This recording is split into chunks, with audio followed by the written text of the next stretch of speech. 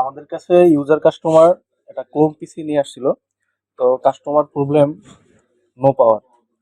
তো আমরা প্রথমে কাস্টমার যেহেতু নো পাওয়ার বলছে, আমরা আমাদের মতো করে ডায়াগনোসিস করব যে আসলে কোথা থেকে নো পাওয়ার আছে। তো আমরা প্রথমে যেটা বেসিক আমাদের, সেটা আমরা প্রথমে পাওয়ার কেবলটা চেক করব যে আসলে পাওয়ার কেবলটা ঠিক আছে কিনা। ইউজার কাস্টমারের পাওয়ার কেবলটা যদি ঠিক না থাকে তাহলে কখনোই পাওয়ার সাপ্লাই ভোল্টেজটা আসবে না। তো আমরা পাওয়ার কেবলটা অলরেডি চেক করা হয়েছে আমাদের। তো আমরা সাধারণত এবার যে পাওয়ার সাপ্লাইটা চেক করব। তো পাওয়ার সাপ্লাইয়ের পিছনে একটা সুইচ থাকে।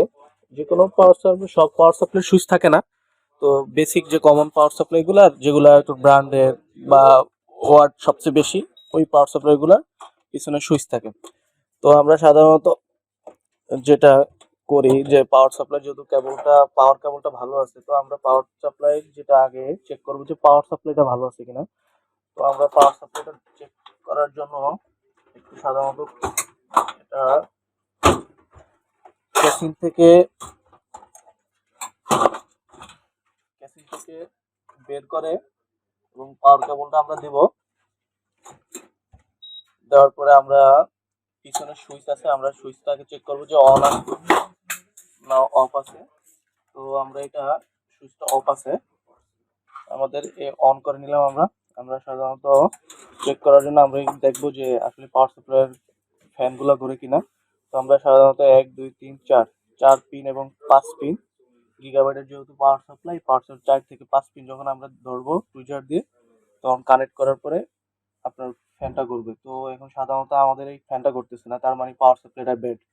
এখন আমরা চেক করব যে একটা ভালো পাওয়ার সাপ্লাই নিয়ে যে চেক করবো আসলে পাওয়ার সাপ্লাইটা ভালো আছে কিনা, না আমাদের অন্য আদার্স কোনো ডিভাইস ফল্ট আছে কিনা। তো আমরা সাধারণত ভালো একটা পাওয়ার সাপ্লাই নিব। পাওয়ার সাপ্লাই নিয়ে আপনাদেরকে দেখিয়ে দিব যে আমাদের আসলে পাওয়ার সাপ্লাইটা। তো আমরা এই পাওয়ার সাপ্লাইটা নিলাম আমাদের সেম ওয়ার্ড সেম ব্র্যান্ড। ওকে, আমরা পাওয়ার সাপ্লাইতে দিলাম, আমাদের কেবলটা যেহেতু ভালো আছে আমরা ফাইন্ড আউট করলাম। তো আমাদের এখানে সুইচ আছে, সুইচটা অন আছে। ওকে,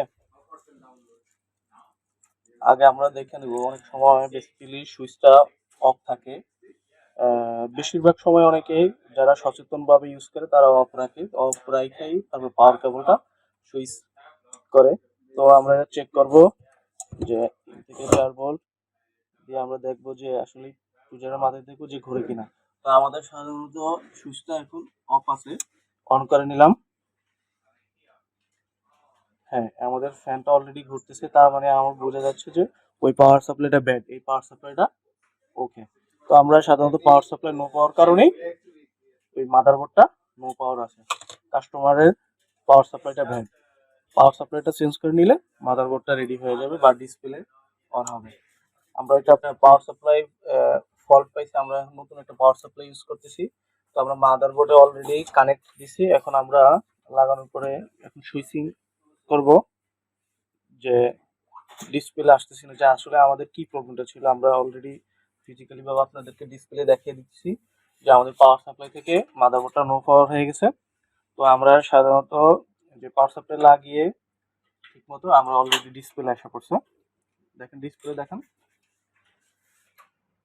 যে আসলে আমাদের মূলত ফল্ট ছিল পাওয়ার সাপ্লাই, মাদারবোর্ডে ফল্ট ছিল না। মাদারবোর্ডটা ছিল গিগাবাইটের 81M/S2PB মডেল। ধন্যবাদ, সবাই ভালো থাকবেন, সুস্থ থাকবেন। নেক্সট ভিডিওতে আবার আপনাদের সাথে দেখা হবে, নতুন কিছু নিয়ে আসবো।